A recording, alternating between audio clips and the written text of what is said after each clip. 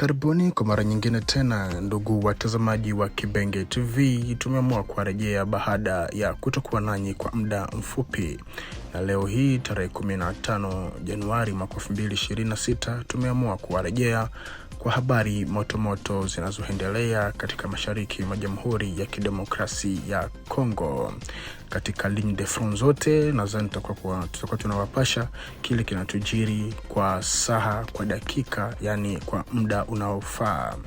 Na ndugu watazamaji wa Kibenge TV, tutakwenda kuwaambia mara moja kwa matukio ambayo yalitokea hiyo jana tarehe 14 mwezi huu tunao wa kwanza mwaka 2026 katika jiji la Uvira, katika kata ya Kalundu, ambako wahasi wa M23 wanaoungwa mkono na Rwanda walikuwa wameandaa mkutano ama reunion strategique, yani mkutano wa kimkakati katika kata hiyo ya Kalundu. Ila kwa bahati mbaya, kumbe kwa upande wa wazalendo walikuwa tayari wameshapata habari na wakataarifu jeshi la taifa FARDC, na jeshi hilo halikusubutu hata kusubiri, mara moja likafika pale kwa kutumia ndege isiyokuwa na rubani ya kivita, yani drone kamikaze, na ikaweza kuwaripua maeneo yale.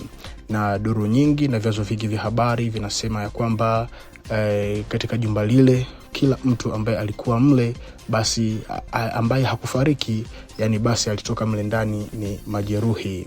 Na hiyo ni mojawapo ya onyesho ya alama ya kile ambacho wazalendo walikuwa wanakisema kila siku kwenye social media, ya kwamba wako wanajiandaa vizuri pamoja na jeshi la taifa kwa ajili ya kuteka upya mji wa Uvira, kitu ambacho baadhi ya wakongomani wengi wako wanashindwa kuamini. Lakini kwa matendo ambayo jeshi letu hili linaanza kuonesha kwa sasa, inaonesha wazi ya kwamba wako serious na kile ambacho wanachokiandaa kufanya ili kuhakikisha wamerudisha jiji la Uvira katika mikono yao. Na wahasi wao wa M23, baada ya kupoteza watu wao ambao walikuwa katika kikao hicho, hiyo jana katika majira ya saa 2:30 za usiku, waliweza kufyatua makombora yapatayo 12 yakielekea upande wa Makobola, yani walifyatua tu kiolela, yani ambako makombora ya Tadema ndo hapo. Na huku kutokana na vyanzo vingi vya habari huko Makobola vinasema ya kwamba wahanga ni wengi ambao walipatwa na mabomu hayo, lakini idadi kamili bado haijajulikana kwa sababu utafiti bado unaendelea kufanyika kujua wapi na wapi ambako makombora hayo yameweza kufika. Na kitendo hicho kinaonyesha ya kwamba watu hao wa M23 AFC hawana kabisa kile kitu wanachosema eti wamekuja kuwakomboa wakongomani, kwa sababu haiwezekani mtu ambaye anasema yeye anakuja kuwakomboa wakongomani tena awe ndo yeye wa kwanza kuanza kurusha makombora kiolela ili tena wale wakongomani wauawe. Hiyo ni kitu ambacho hata baadhi ya watu wengi walishangaa nacho na kuona ya kwamba wametumia hasira kuliko kutumia hekima na busara kwenye kujibu shambulio hilo.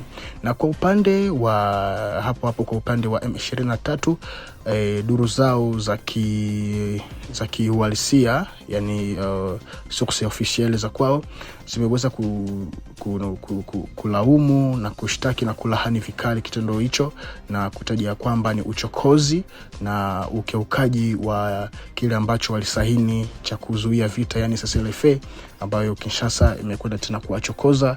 Na kutokana na hapo wameahidi tena ya kwamba na wao watakwenda kulipiza kisasi, na wakilipiza kisasi kwa hiyo dunia isiseme. Na kwa upande wa wazalendo, wao wamesema ya kwamba wako tayari kupambana kupigana vita hivyo, na kwa saa zote na kipindi chote ambacho mahadui hao watasema eti wajinyanyue ili waende kuwachokoza, basi ndio itakuwa mwisho wa M23 maeneo yale wanayoyakaba. Ndugu mtazamaji, ni kujulishe ya kwamba hata maeneo ya Kaziba kuna mlolongo kabisa, msafara mrefu mstari wa wanajeshi wa M23 ambao walikuwa wanaelekea maeneo ya nyanda ya milima mifupi, maeneo ya Kaziba, ili kwenda kuanzisha mapigano mengine upande huo. Na kwa bahati mbaya walikutana na walianguka katika mikono ya watoto wazalendo ambao walikuwa wako chonjo wakilinda doria maeneo hayo, na huku kushika mateka wengi na kuteketeza wale ambao waliweza kuteketezwa.